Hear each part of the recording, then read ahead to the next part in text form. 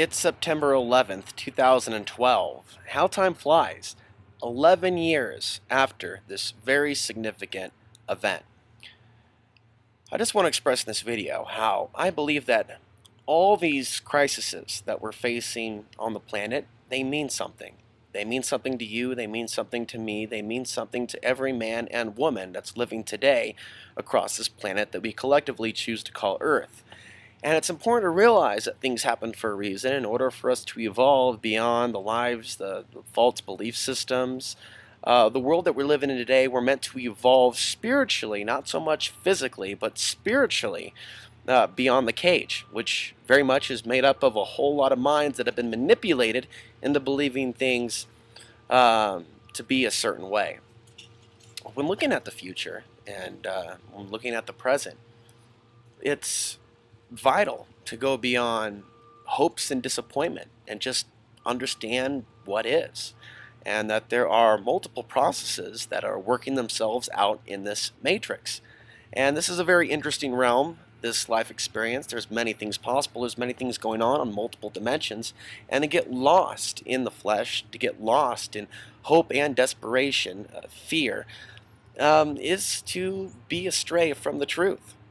There isn't really much of a point in me proving these concepts to other people, but just introducing an alternative idea than the ideas that a lot of people have come to believe is the ultimate truth.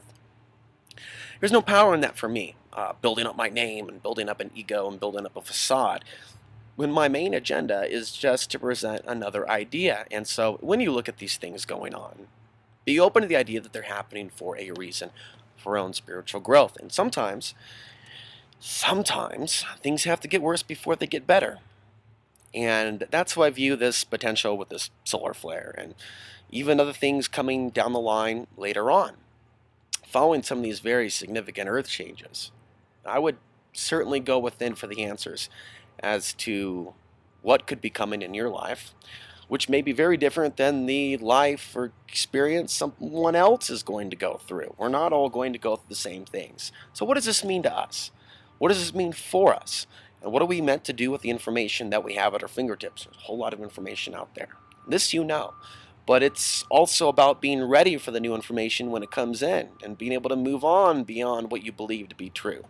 If you only believe that the Rockefellers and Rothschilds are behind the whole world, the universe, and the cosmos, that they themselves are dark, wicked gods that have the ability to control you, i.e. the New World Order, NDAA, FEMA camps, theories about 80% of the world's population being eradicated.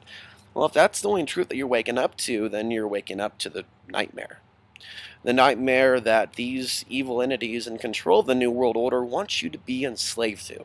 They certainly don't want you to discover your own power as a result of the challenges, the tribulations that you may go through as a sentient being on the earth.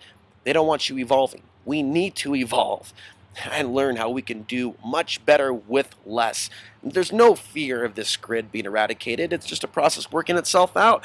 Things have to change in order for a whole lot of people to wake up to who they really are, to remember who they are.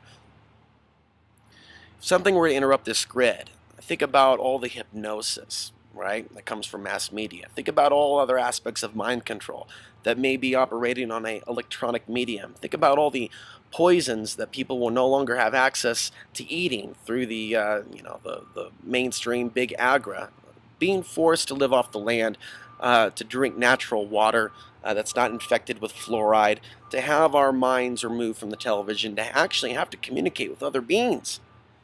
In order for us to perceivably survive, it's going to become more obvious as the days, months, years roll on that this was a part of something else.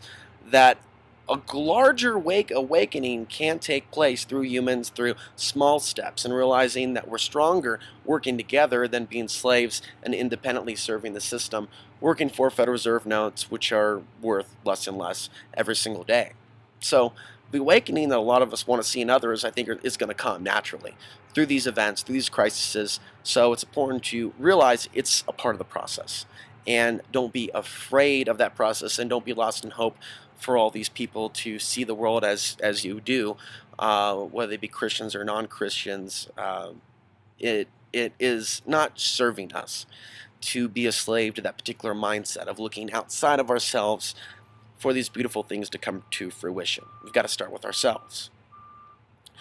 And a big part of starting with ourselves is changing the way that we live, changing the way that we relate with others, mindful relationships with others and ourselves. Understanding that sometimes there's power in being the observer, separating yourself from the perceivable crises of the future and challenges, and looking at it from a completely different angle, and being detached to a certain perspective on a certain level, emotionally, from the fear and the anger and the resentment and all of these emotions that keep us trapped in this matrix.